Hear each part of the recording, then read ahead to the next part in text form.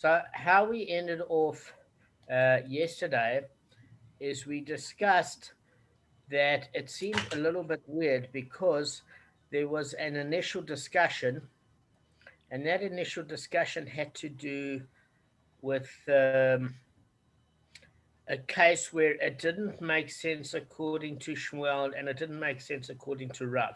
Rav Ashaya brought a proof against both. And basically, what we said is according to Rav, it poses a problem because it teaches that the subcategories of pit, one's stone, one's knife, and one's burden. A burden can also be defined as a package or your backpack, something that you use for work. It poses a difficulty because that's considered a tordah of bor and not halachically a shore. So therefore, he would say that if you slipped on those things that created an obstruction and are prone to damage in the public domain and that are in a stationary position which resembles bor to a T, it is bor. And therefore, it wouldn't have the halachic status. It would seem, according to this brisa, of a shore, which is a ox, which means you're obligated for one's utensils. Just remember, if your property damages something of somebody else's, you'd have to pay for that replacement. So here we're saying you don't have to in the case of a bore if it was a pit. You only have to pay if somebody was injured, but not if somebody died, the coffee payment, nor you pay for utensils. So that's a problem to Rav. It's also a problem to Shmuel. Why is it a problem to Shmuel? Is because um, the brisa, the last part of the brisa, teaches um, that one is liable if his obstacles damage utensils. Why? Because if you remember, it said if one dashed his flask against a stone left in the public domain and the flask broke, the owner of the stone is liable. So this is a problem to Shmuel because it implies that if as you fell down you had a flask or a jug or whatever the case may be, and the stone that was left there broke that particular object, then it means that you have to pay for utensils because it broke a utensil. So therefore that's a problem to Shmuel and our classical understanding of a pit, a bore. So now what we're going to see is we're going to say, well, how would Rav explain this particular brisa? And that's where Gavin asked us yesterday afternoon. And we're going to say, well, what would Shmuel interpret this brisa to mean? So that's where we are holding today. And at that particular place, we're on 28b2. All right.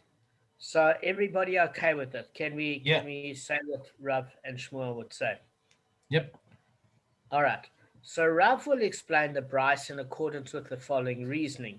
He'd amend the text slightly. In other words, he's not altering the essence of the text, but he would explain it in the following way.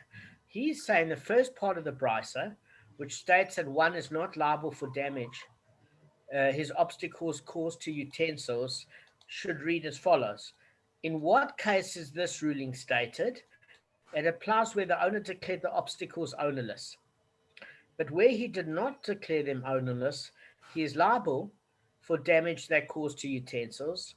Therefore, if one dashed his flask against a stone that was left in the public domain and was not declared ownerless, the owner of the stone is liable. Why? Because Rav determines a pit that is not ownerless as having the status of one's property. Just like if one shore breaks a utensil, you're liable. So to Rav said he never created this stone in the public domain as ownerless, and therefore when somebody damaged their flask against it, he has to pay under the rules of a combination, which could it's called a tzad hamaveh, which basically means the common characteristic. Okay. Um, and that common characteristic is a combination of bore and shore. Gab, are you with us? Yeah, so let's Yeah. close the door. Go ahead. So therefore, he's saying that it definitely wasn't declared ownerless, and that's why the owner is liable. Now, what we've got to say is that why would you not declare a stone ownerless?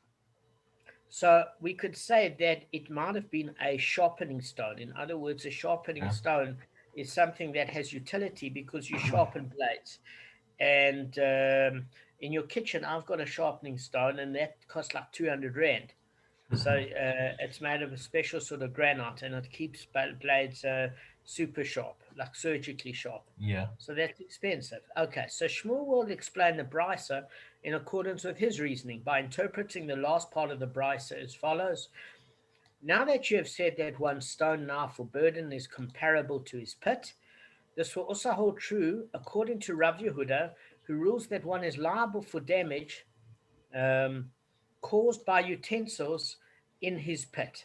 Therefore, if one dashed his flask against a stone left in the public domain and the flask broke, the owner of the stone is liable according to Rav Yehuda. Now, we learned this initially when the Daf started. I don't know if you remember, we learned about Rav Yehuda's exception when it came to fire, that said you're responsible for hidden things, and it said it came to include this where it licked his stone and scorched the earth. Yeah. And then Rav Yehuda said, with regards to pit, I think this was in the third or the fourth daf, it says you're responsible for utensils that get damaged in a pit.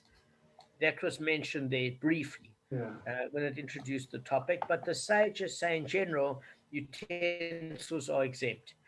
So obviously, Shmuel can say, according to Rav Yehuda, because Rav Yehuda was his student, he could say, listen, I can quote the great Rav Yehuda, and he would say that this Bryce is in accordance with Rav Yehuda, that yes, the Torah of Bor broke utensils, and therefore, according to Rav Yehuda, you liable. So that's how Shmuel would explain it. Does that make sense, guys? If you want to see an expansion of this, we're going to get to 53a, please God. And then when we get to 53a, it's going to have this entire discussion. Okay, let me just go on. So the Gemara qualifies the Bryce's ruling in the case of a flask that was dashed against a stone. So Rav Elazar said they did not teach that the owner of the stone must pay for the flask, except where the one carrying the flask stumbled on the stone and knocked his flask against the stone. But if he stumbled on the ground and knocked his flask against the stone, the owner of the stone is not liable because it was the ground and not the stone that caused his fall. Kev, do you understand what I'm saying, or do you want me to repeat it? Just say it again. Yeah, yeah. Yeah. Okay, so what we're saying is as follows. Rav Elazar said the only time that you would actually pay for the stone is the classic explanation of Shmuel. Because remember, Shmuel said, if you fell exactly in a pit and was damaged within that circumference or diameter area of the pit, that the owner of the pit would have to pay for your damage. And Okay. so too, what he's saying is this is a Torah of pit, and therefore, if you slipped on the stone, and then as you slipped on the stone, your flask landed on that stone and broke, it was the stone that caused your fall, and it was the stone that ended up smashing your flask. So that's what Rav Elazar said, and he said only in that case would you end up paying.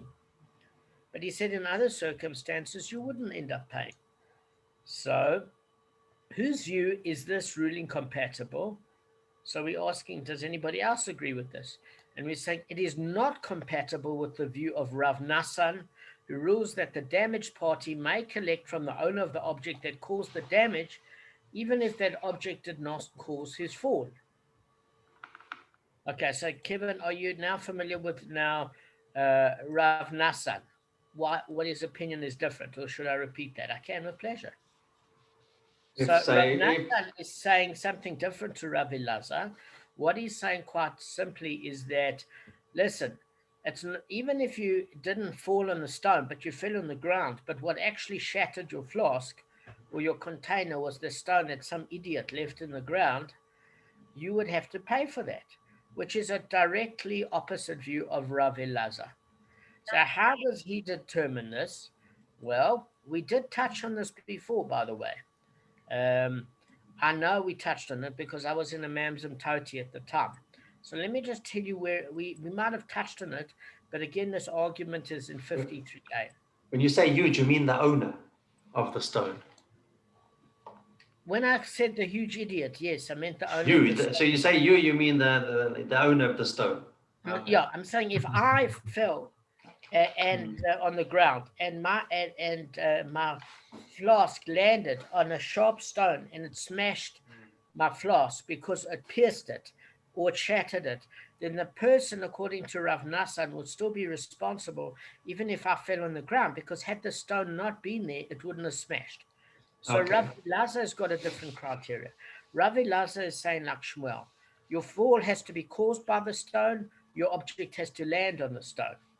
Which why Shmuel said if you fell because of the stone, but your flask smashed on the ownerless ground, you're not responsible. That's according to Tosfot's explanation of Shmuel. Rav Elazar said again, if you fell on the ground but it hit the flask, you're not responsible because the stone never caused your fall. So Rav Elazar requires two things: that the fall is caused by the pit or the stone or your obstruction in the public domain, and that the actual impact is caused by that same obstruction. That's Rav Elazar. Rav Nassan is saying something different. He's saying, listen, it doesn't matter if you slip on the ground. If the stone wasn't there, nothing would smash. So that's their two different opinions. So let me just explain to you how Rav Nassan is holding. You'll recognize what I'm about to tell you from 53a, because we did this when I was in a Mams and Toti. So it discusses in 53a a case where you've got two oxes, and one ox pushes another ox in the pit. Okay? I think you guys do remember this. And although the pit didn't cause the fall, it did cause the actual damage. Okay? Because the attacking ox head-butted the attacked ox and it fell in a pit. Now, what caused the attack? Well, the attacking ox caused the other attack. But what caused the impact and the damage? Arthur, what caused the damage? It was the pit that caused. Yes, the pit that caused it. The pit. Yeah, the falling. If it was 9 or 10, depending what happened. Right. So Rav Nassan talks about a case where the attacking ox was, for example, a tum, and you can't claim full payment from the attacking ox's owner. Why? Because the owner of the tum ox is only entitled to pay half the payment to the limitation of the body of the attacking animal. So if the attacking animal was a puny animal, which on its own wouldn't cause damage, but it caused the ox that attacked to have an unsure footing and it fell down and killed itself or damaged itself badly in the pit, then he's having to pay the attacking ox owner a smaller amount of damage, because it's half damage to the extent of his scrawny little animal. So then what happens is that the ox that got damaged, that owner is short of money. Yeah. But he can only claim that certain amount from the owner of the tum ox. So where can he claim the rest of his compensation from? The actual person that created the pit, because that actually caused the damage. Does that make sense? So can he claim from both? Yes. Saying that's what you're saying. He has to claim that first portion. If the ox is muad, there's nothing to talk about. He has to collect that full. He can't collect twice. He can't collect more than what was damaged. Yeah. So if it's a muad ox, he gets that from the attacking ox. But if there's a shortfall, he gets that from the owner of the pit, because that's actually what caused the impact. Okay, but it can't exceed the total amount. So the guy from the pit will just pay the difference. Correct. It's not a profit situation. Yeah. It's a recovery situation. Okay. And if it's a muad, just 1 second. And if it's a muad, just making sure I'm clear. If it's a muad ox, then you can't claim from the pit guy at all. Correct. All right, perfect. Because you got your money. Yeah, I agree. Correct. And why can't you? Because the sages in general say they don't hold according to Rav Nassan. So therefore, you would want to make the general opinion happy, even if you're holding it according to Rav Nassan. And if you got your money, you got your money. Because they argue, listen, who actually caused the damage? Might have been the actual impact because of the pit, but another ox pushed that other ox in. That's like Rav Elazar and the sages. Okay. So how does it relate to this brisa? Well, the stone didn't cause the fall, the ground did, right? But you can't claim back from the ground because the ground is ownerless. So therefore, what actually caused the flask to shatter? It's that burden that somebody left when you slipped. So Rav Nassan said that therefore you could claim from the owner of the stone, because if that stone hadn't been protruding, your flask might not have smashed. Does that make sense? You probably guys? wouldn't have tripped to drop the flask in the first place. No, you would have, because he's not talking about a case of Rav Elazar that the stone Okay. caused you to trip. Okay. That's where they're arguing. Rav Elazar said you have to trip on the stone and your flask has to land on the stone. If it lands on the Okay. ground, according to Tosfot's explanation of Shmuel, you're not covered. Because you're only covered if that burden creates, according to Rav Elazar, who's quoting Tosfot, who's quoting Shmuel, if that causes it, and that's the object of why you fell and what you smashed it on. Okay. So In other words, okay. you So fell in the pit, you hang mhm. on, you fell in the pit, and that pit, in a part of that pit damaged you. Fine. But if you fell, that's why we said in the beginning, if you slipped in a bit of water, but you fell out of that diameter of the water, and you Yeah. fell in the ground next to it, Tosfot said, according to Shmuel, you're not covered for that. That was one of my questions that I spoke to Rabbi Cohen Okay. about, Got it. and Rabbi Cohen's going to address this at 12:30 with me in a Zoom meeting. Okay. Shkar, well done. Good. Okay, so what we're saying is Rav Elazar said the burden has to cause the damage, the slip, and it also has to cause the impact of what broke. Okay, in Okay. that particular case, um, but Rav Nassan said no, it doesn't matter if you fell on the ground. What caused the shattering of was the burden that you left in the public domain. Okay, Okay. So and this I is just all, okay. Okay. and this is all explained according to Rav Yehuda, who said that you're responsible for utensils in one's pit or one's told of pit. Otherwise, neither one of them would hold hold it unless they had Rav Yehuda. So I just want to see if I got this right. Rav Nissan says that if you slip, if you slip and it has to land on the object, only one thing he requires. And Rav Eliezer says no, it's going to be both. You got to trip and land on it the same thing to be responsible. Is that correct? Yeah, the Rav Elazar said you have to trip on that obstacle and land on that obstacle, because that is It's kind of Tosfot's difficult because you explanation. normally fall forward. We know that, but that's my argument with Rabbi Cohen. We've got to discuss that. Okay. So I'm saying that needs to be a few factors with this issue with Rav Elazar. The first thing of it is you've got to hold according to Rav Yehuda. Yeah. And according to Rav Yehuda said you're responsible for pittles told us in the public domain. If you don't, then neither one of them, there's nothing to talk about. And then you have to hold according to Tosfot's explanation of Shmuel, that you're only covered within that particular area of the what caused your fall and what you damaged your fall against. Okay. Does everybody understand? Yeah. Okay, good. All right, well done, guys. So the Gemara then presents maybe a slightly different version of the previous teaching. There are those who report the following version. Okay. Rav Elazar said, do not say that it is only where he, the one carrying the flask, stumbled on the stone and knocked his flask against the stone that the owner of the stone is liable, but where he stumbled on the ground and knocked his flask against the stone, the owner of the stone is not liable. Rather, the Brisa maintains that even if he stumbled on the ground and knocked the flask against the stone, the owner of the stone is liable. And whose view is this ruling compatible? It is compatible with the view of Rav Nassan.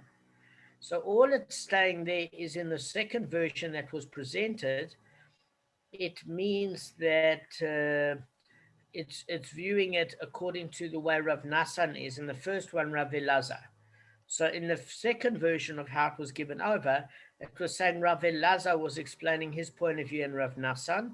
In the first version given over, It was just explaining Rav Elazar's point of view and then saying that Rav Nassan wouldn't agree. That's all it's saying. But the principle is that they hold according to the opinions given over. Does that make sense? Let's go on. Yeah. The Gemara now discusses the opinion of Rav Yehuda that was recorded in our Mishnah. Rav Yehuda says where the owner of the pitcher had intent, he is liable. This is what Kevin was asking all the time. Kev? This is what you were asking all the time. Rav Yehuda says where the owner of the pitcher had intent, he is liable. Where he did not have intent, he is not liable. So we're going to go into a whole discussion over this with the next stuff, but we're just introducing some of the topics here. So the Gemara asks, so what are the circumstances of the case where he had intent? In other words, what was the manner of intent caused the owner of a pitcher to be liable according to Rav Yehuda? Now, we're not talking about an obvious case where he had intent to damage somebody else. I mean, that doesn't take any wisdom to know that if somebody throws out, what do you call it, nail tacks on the highway, that the intention is to make a 6-car pileup. Because the tires are going to get flapped. We're not talking about that form of intent to cause damage. What we're talking here is about subtlety. So, Kevin, what it's saying is, what are the circumstances of what would be considered intent according to Rav Yehuda? So, Rabbah gives a bit of an explanation on Rav Yehuda. And Rabbah said, Rav Yehuda refers to a case where he intended to take the pitcher down from his shoulder, but he stumbled while doing so, and the pitcher smashed against the wall. Okay? So what he's saying is here, picture the situation, is that guy's walking, he's not concentrating, he's taking the pitcher off his shoulder. And while he's taking the pitcher off his shoulder, that particular thing, he is not multitasking or concentrating well, causes damage. But it's not like he just fell stump. He fell while he was taking it off his shoulder, which means he wasn't concentrating. So according to Rav Yehuda, that would be a case of intent. Why? Hang on, the cat's here. Because he says that one who stumbles is considered negligent, and for this reason he is liable to pay for any resulting damage.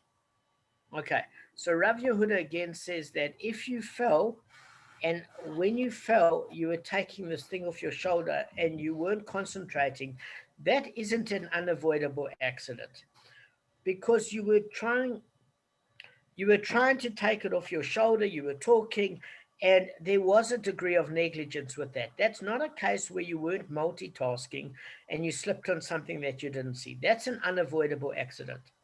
He was saying here there's a certain amount of negligence. A pitcher takes concentration to take off your shoulder. It's heavy, and you took it off in a haphazard sort of way, and it smashed against the wall, and it left pieces, and the liquid fell down. That's so that's Rabbah's explanation. But Abaya has a difficulty with this.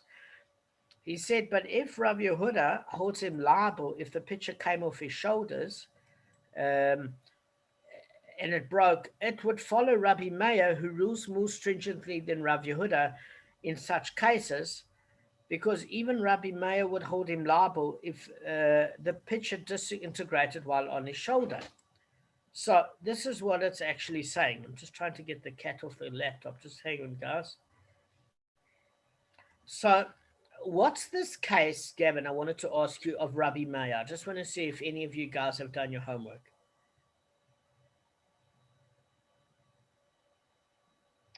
I did your homework, but I don't remember Rabbi. Yeah, exactly. Yeah, I've got blank on that one. I don't think you remember. And Kev? Oh, okay. I did it, but I don't always remember everything. I do. I can't always recall everything and I'm remember not names. good with names. Just Okay. Just start the Give first us a thing clue. about what he said. Yeah. All right. Yeah, no, I'll give you a clue. All right. So the Tana Kamma of our Mishnah, this Mishnah that we've been quoting in the Gemara, is actually, the Tana Kamma means the first anonymous opinion. It's revealed to actually be Rabbi Meir. Okay. And it's revealed in 29a. So when remember. it revealed in 29a, it's saying, hang on a second, something seems to be a little off here. Firstly, we know that why is it quoting Rav Yehuda if Rabbi Meir is the Tana? Because Rabbi Meir is much more stringent in certain matters of responsibility than other sages of his generation, right? So, for example, say Gavin, you had a picture on your shoulder, okay, and that picture on your shoulder, Yeah. actually, as you were pulling it off, and you never tripped, just disintegrated, and you were left with a handle. Rabbi Meir would hold you responsible Okay. for it. And that's Yeah. what a buyer is saying. Okay. Hold Damon, sorry, who responsible? The guy who's holding the picture, or No, Yeah, the guy's holding. Gav, you're Okay. about to cause damage in the public domain. Okay. And what caused the damage was the picture that you had in your hand.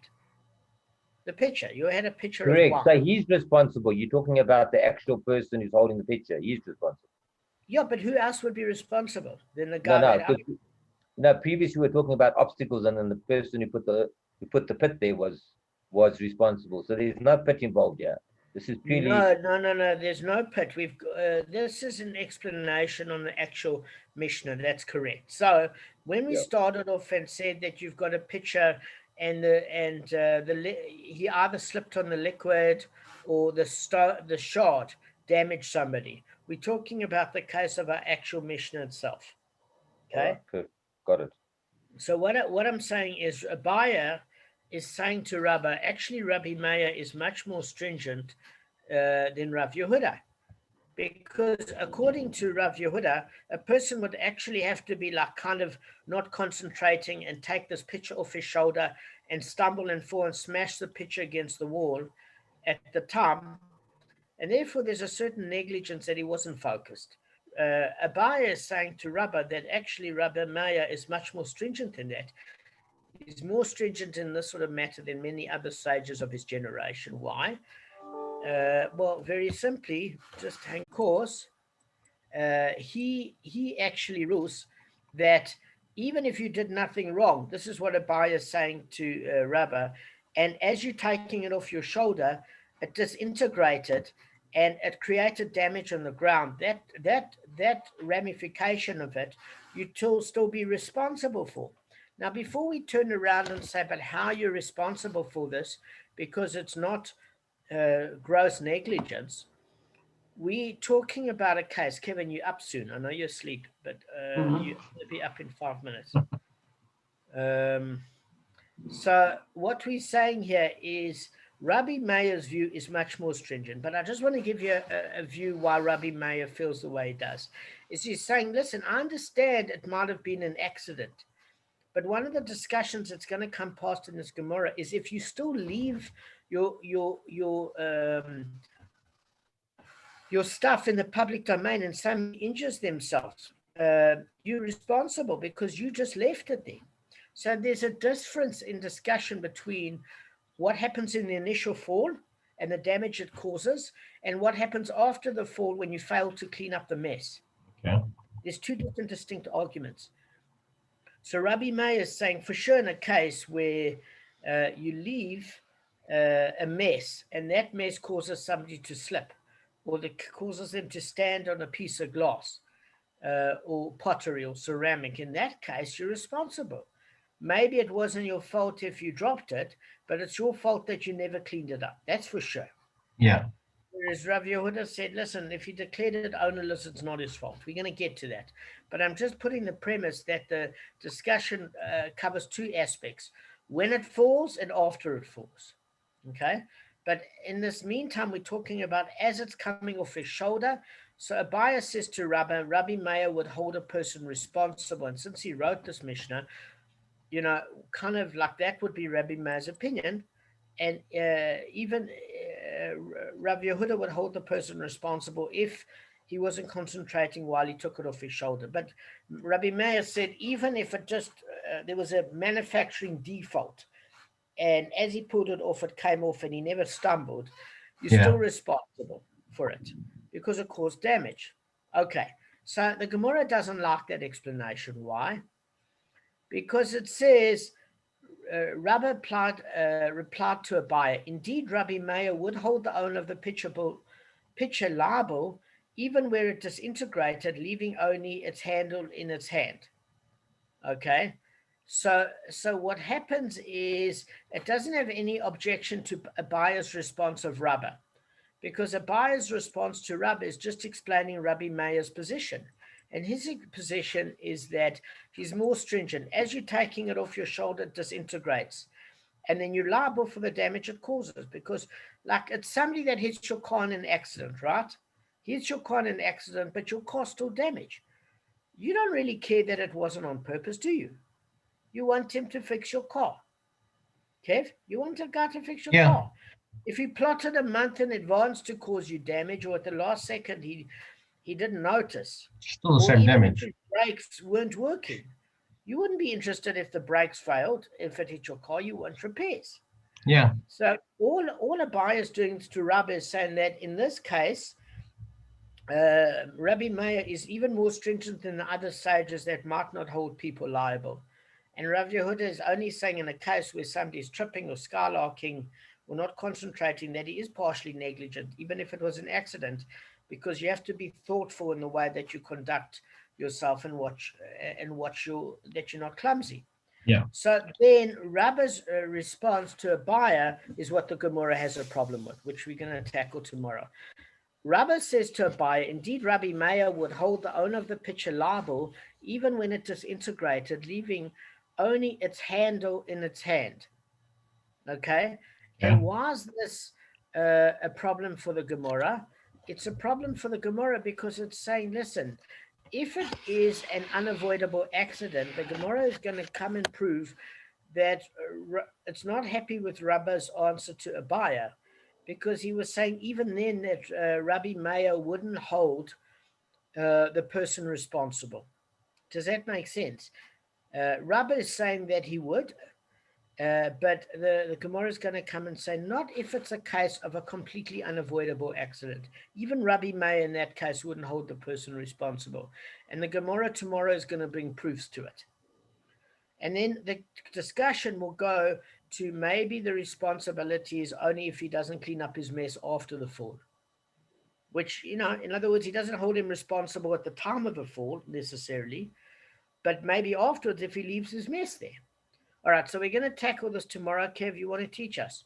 Yes, the bottom line is don't leave anything in the public domain. That's exactly the bottom line, is that it might not be your fault, but if you leave a mess there, someone can get hurt, and then if it wasn't for your object, yeah. Exactly. Okay. Okay, so I've got a few short ones here because it's sure.